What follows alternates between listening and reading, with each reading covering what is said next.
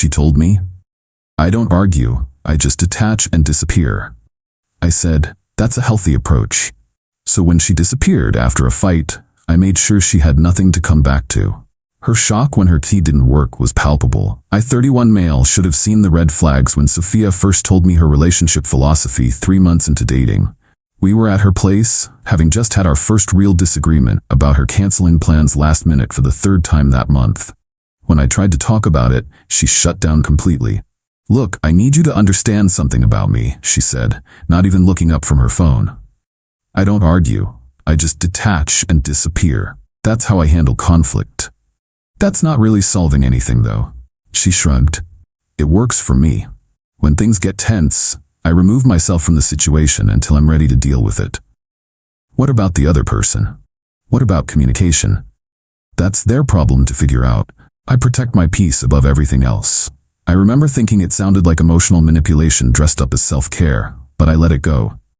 That's a healthy approach, I said, not believing it for a second. She smiled, satisfied. Exactly. I'm glad you understand. Over the next 1.5 years, I learned exactly what detach and disappear meant.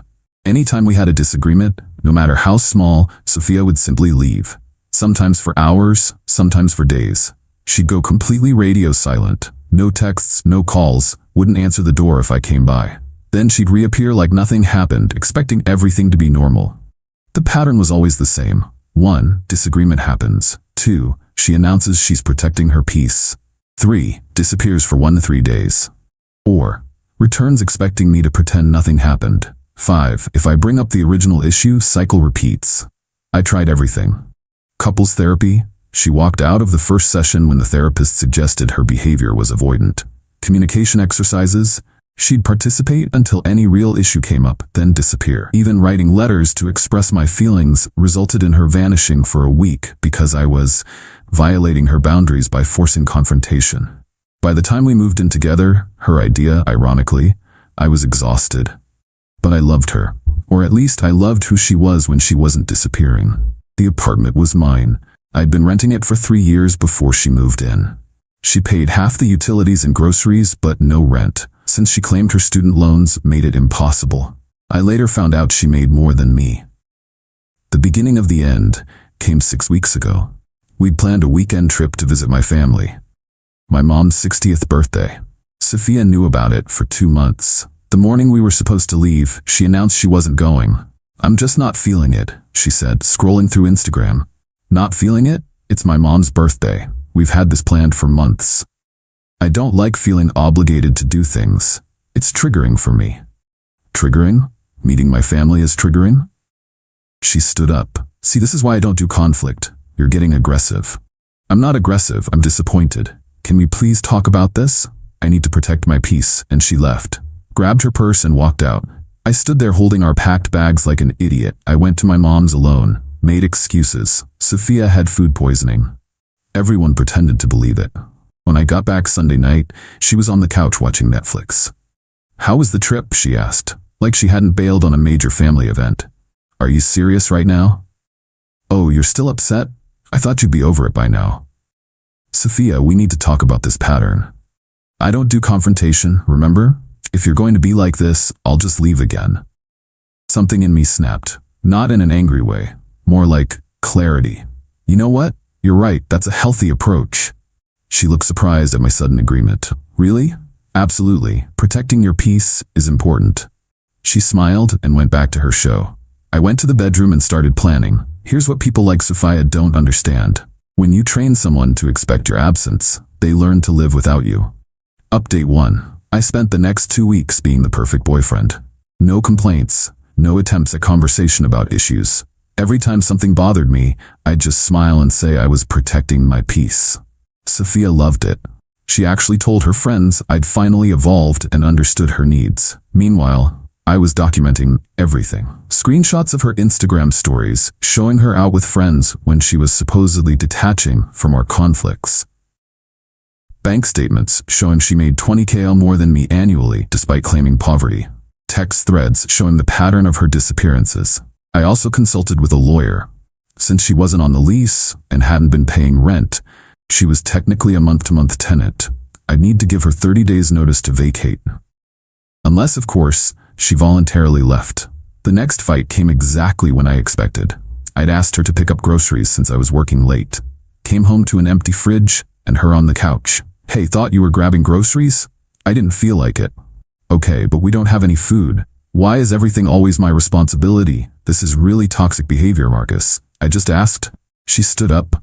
I'm not doing this. I need to protect my peace. Of course, take all the time you need. She grabbed her stuff and left. Based on her patterns, she'd be gone for at least 48 hours. Perfect. The second the door closed, I got to work. First, I called my landlord, explained the situation, asked about changing the locks. He said as long as I gave him a copy of the new key, he didn't care. Had a locksmith there within 2 hours. Next, I carefully packed all her belongings. Everything. Clothes, toiletries, her healing crystals, the expensive coffee machine she bought, but I paid for, her meditation cushions, everything. I wasn't petty about it, even included things I'd bought for her. Labeled each box clearly. Took photos of everything for documentation. I rented a climate-controlled storage unit in her name. She'd left her ID and credit card behind as usual. Paid for 1 month. Put all her stuff inside, nice and neat. Then I sent her one text. Take all the time you need to protect your peace. Your belongings are safe at Secure Store Unit 42B. First month is paid. Here's the access code. And I turned off my phone. Update 2. She came back after 3 days, right on schedule. I was watching TV when I heard her key scratching at the lock. Then confusion. More scratching, then knocking. Marcus? My key isn't working. I opened the door. Oh hey, how was your peace protection retreat? What's wrong with the lock? Nothing, I changed it. Her face went through about 5 emotions. You? What? You can't do that. I live here. Do you though? You disappear for days at a time. Don't pay rent. Seem to hate being here. I figured you'd moved out. This is illegal. I'll call the cops. Sure, call them. Explain how you're a tenant who doesn't pay rent, isn't on the lease, and voluntarily leaves for days without notice. I'm sure they'll be super sympathetic. Where's my stuff? Safe in storage. I texted you the details. She pulled out her phone, saw the message. You can't just kick me out. I'm not kicking you out. You left. I just made it permanent. Protecting my peace, you know? This is different. How? You taught me that when someone makes you unhappy, you just detach. No discussion, no compromise. Just protect your peace and leave. I'm following your philosophy.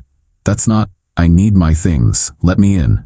Your things are in storage. First month's paid. After that, it's on you. Marcus, please. Let's talk about this. I almost laughed. Now you want to talk? Sorry, I don't do confrontation. This is me protecting my peace. She stood there, mouth opening and closing like a fish. Then the manipulation started. Baby, I'm sorry. I know I've been difficult. Let me in and we can work through this. Nah, I'm good. Where am I supposed to go? Same place you go when you disappear. Your friend Kelsey's? Your sister's? That guy Derek's place you're always at? Her face went white. How do you?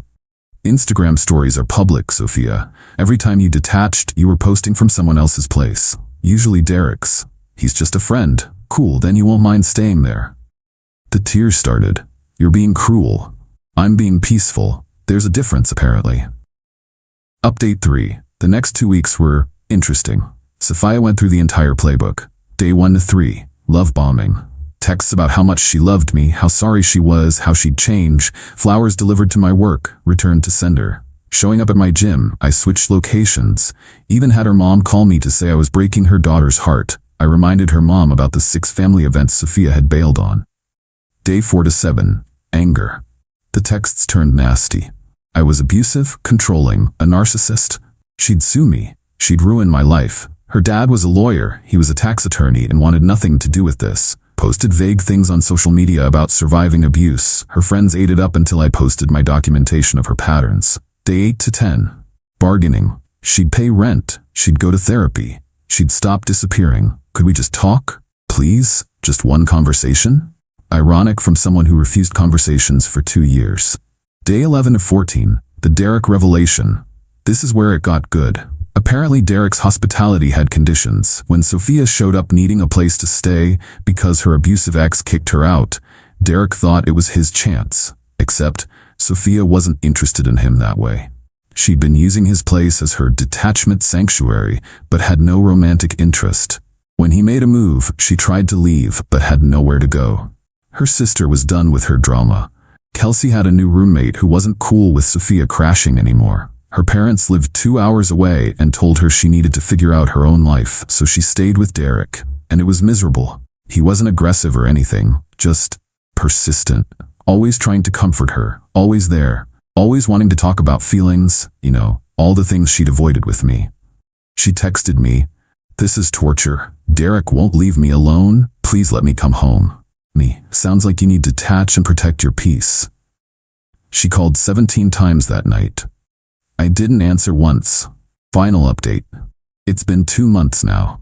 Sophia eventually got her shit together, kind of. She rented a studio apartment on the outskirts of town. Had to get a second job to afford it since she'd been living rent-free for so long. Last I heard, she was still doing her detachment thing with her new boyfriend.